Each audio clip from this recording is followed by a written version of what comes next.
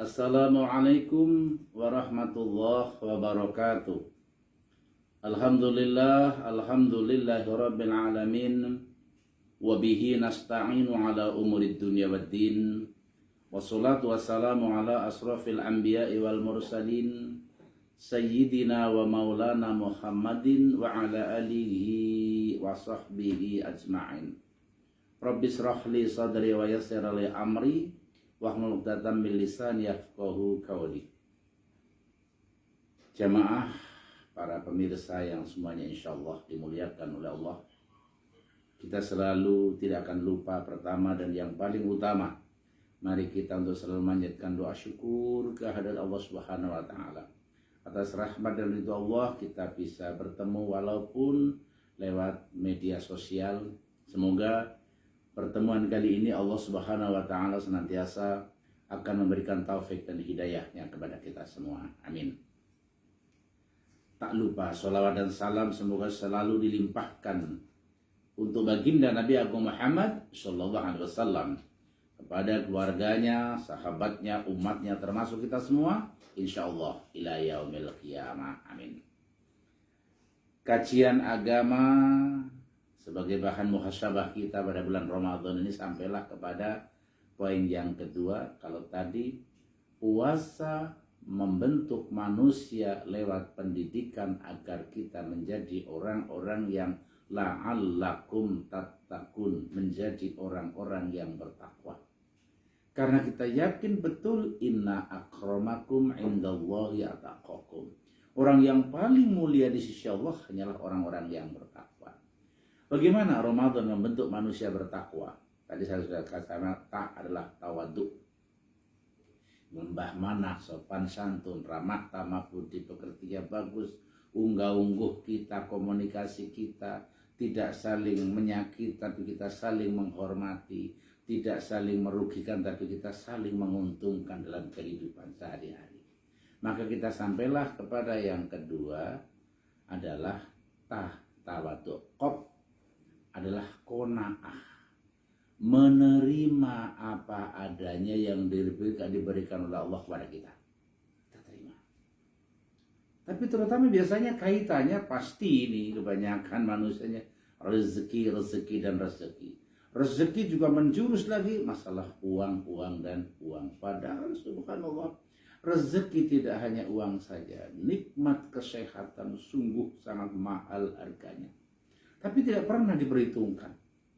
Coba kalau kita melihat di rumah sakit, orang-orang yang sakit itu, dia mau bernafas saja dia harus beli. Satu hari bisa sampai 1 juta hanya untuk beli tabung oksigen. Tapi berjuta-juta manusia kadang-kadang tidak memikirkan bahwa nikmat sehat itu jangan sampai tidak diperhatikan. Nikmat sehat perlu dan harus disyukuri. Karena surat Ibrahim ayat 7 mengatakan la in syakartum la azidannakum wa la in kafartum inna adzabi lasyadid. Barang siapa yang pada bersyukur kepada Allah, Allah pasti akan tambah nikmatnya. Allah akan senangkan kita. Wa la in kafartum, tapi kalau kau mengkufurinya, inna adzabi lasyadid, sungguh azab dari Allah sangat pedih. Maka kita berusaha mencapai pada tingkatan qanaah, menerima adanya apa adanya, yang berarti banyaknya syukur kepada Allah. Jangan sampai kita, mohon maaf, terjebak ya, jebakan 99 ini penting sekali nih. Jebakan 99. Ada satu kisah ya, kisah ringan saja.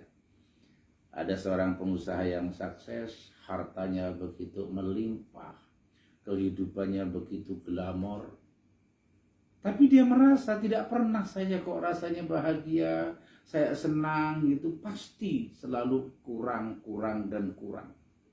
Hampir tidak pernah lebih, padahal mobilnya bagus, rumahnya bagus, tempat tidur bagus, semuanya bagus, uang tidak pernah kekurangan. Tapi dia tidak pernah merasa bahagia, kurang. Tapi subhanallah, akhirnya dia mohon maaf melihat pegawainya, sederhana tukang kebun. Dia sambil memotong rumput, dia sambil menyiram bunga, sambil bersiul-siul. Kayaknya orang itu gak punya beban. Kayaknya aku bahagia sekali dia bekerja. Padahal kalau dipikir berapa sih gaji mereka? Tapi mereka kelihatan sungguh sangat bahagia. Timbul iri. Kenapa? Dia orang yang hidupnya sederhana, penghasilannya tidak banyak, tapi kok dia bahagia sekali. Akhirnya dipanggil. Wahai bapak, iya juragan, iya majikan, saya melihat kamu tuh bahagia sekali. Kayaknya bahagia sekali, nggak pernah ada beban. Padahal penghasilannya nggak seberapa ya. Tapi kok saya rasanya melihat iri, saya melihat dirimu, kebahagiaan itu. Sambil bersiul-siul, sambil menikmati pekerjaannya, sambil menyirami bunga-bunga, sambil motong rumput. Kayaknya bahagia sekali. Apa sih kuncinya? Ini seorang pimpinan, seorang sarjana, seorang yang kaya. Itu ngaji, belajar karena perilakunya orang tadi itu. Subhanallah. Pak, saya mendapatkan berapa penghasilan dari Bapak. Saya syukuri, dan saya syukur sekali.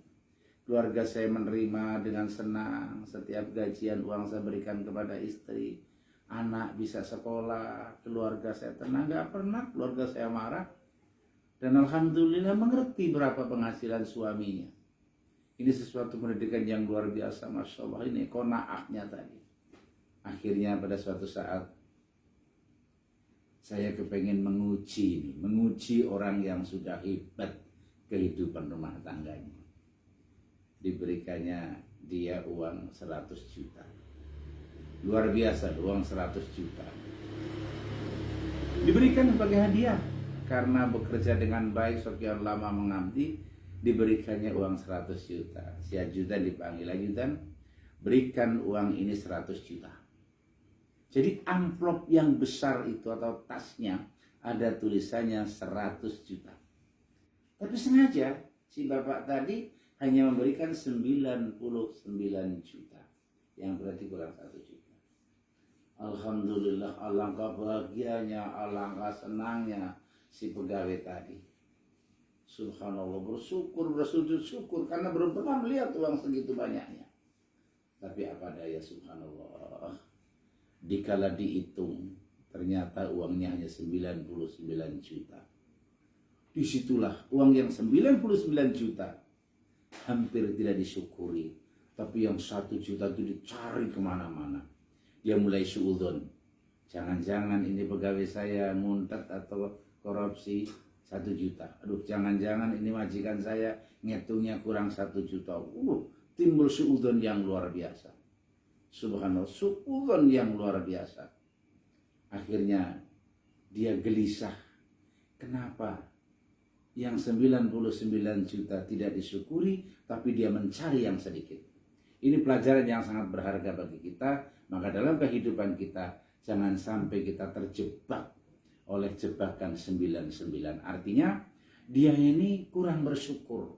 Dia tadinya udah bersyukur sekali, tapi dikala mendapatkan rezeki banyak, mohon maaf, dia mengurangi rasa syukurnya.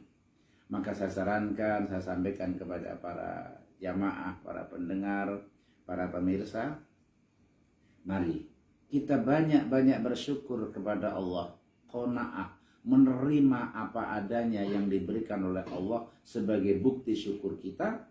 Kemudian yang kedua, apa yang sudah kita miliki, bersyukurlah kepada Allah. Yang sudah kita miliki lebih banyak daripada yang belum kita miliki. Mungkin yang belum dimiliki hanya satu bayang-bayang. Jangan sampai yang sudah ada tidak disyukuri, yang tidak ada dikejar walaupun itu hanya sedikit. Demikian mungkin sebagai bahan muhasabah kita, agar kita ini bisa sadar betul ternyata Allah ini akan memberikan ujian, berbagai macam ujian kepada hambanya. Itu melalui rezeki, itu melalui sakit, itu melalui ujian-ujian yang lain. Maka kita selalu berharap, memohon kepada Allah Subhanahu wa Ta'ala agar di dalam mensyukuri nikmat Allah ini akan bisa betul-betul terwujud sebagai syukur kita kepada Allah Subhanahu wa Ta'ala. La in syakartum la azidannakum wa la in kafartum inna adzabi lasyadid. Ini perwujudan daripada syukur kita, qanaah kita kepada Allah Subhanahu wa Ta'ala. Demikian, semoga bermanfaat dan kita akan lanjutkan pada episode berikutnya. Billahi taufiq wal hidayah. Akhirul kalam. Assalamualaikum warahmatullahi wabarakatuh.